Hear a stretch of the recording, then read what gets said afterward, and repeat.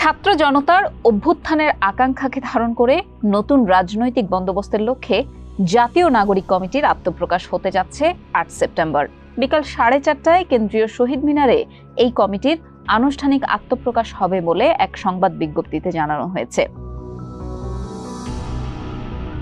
আগের দিন অর্থাৎ ৭ সেপ্টেম্বর শনিবার রাতে গণমাধ্যমকে পাঠানো এক বিবৃতিতে বলা হয়, বৈষম্য বিরোধী ছাত্র আন্দোলনের নেতৃত্বে দেশের সর্বস্তরের জনগণের অংশগ্রহণ এবং সহস্রাধিক শহীদ ও আহতদের আত্মত্যাগের বিনিময়ে বাংলাদেশের ইতিহাসের নিকৃষ্টতম ফ্যাসিস্ট শাসক শেখ হাসিনার পতন ঘটেছে। ছাত্র জনতার অভ্যুত্থানের এক দফার দ্বিতীয় ধাপ তথা ফ্যাসিবাদী ব্যবস্থার বিলোপ ঘটিয়ে নতুন রাজনৈতিক বন্দোবস্তের লক্ষ্য অর্জন করতে হবে।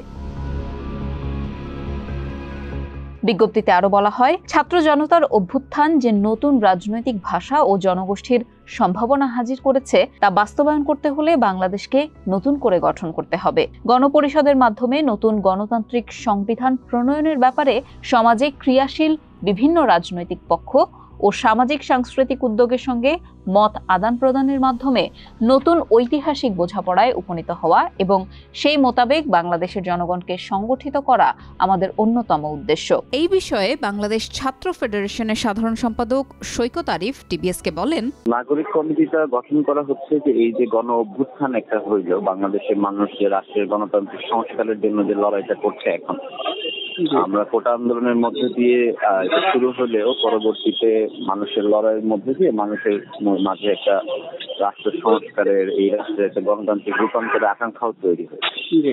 এখন ছাত্র নেতৃত্ব যারা এই গণ অভ্যুত্থানে নেতৃত্ব দিয়েছেন তাদের তো বেশিরভাগ অর্থেই ওই অর্থে কোনো একক রাজনৈতিক দল এটার নেতৃত্বে ছিলেন না। ফলে জনগণের মধ্যে যে আকাঙ্ক্ষা তৈরি হয়েছে, ফলে এই মানুষের সাথে সংযোগের একটা রাস্তা তৈরি করার জন্য এই নাগরিক কমিটিগুলো করা হচ্ছে। জনগণের আকাঙ্ক্ষাগুলোকে এবং তাকে বিভিন্নভাবে এই প্রক্রিয়ায় যুক্ত করা করে রাষ্ট্রের সংস্কারকে ত্বরান্বিত করাটাই এখন এই মুহূর্তের লক্ষ্য।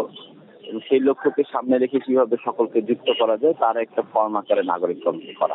এদিকে ৮ সেপ্টেম্বর বৈষম্য বিরোধী ছাত্র আন্দোলনের বিভাগীয় ও জেলা পর্যায়ের সফর শুরু হচ্ছে।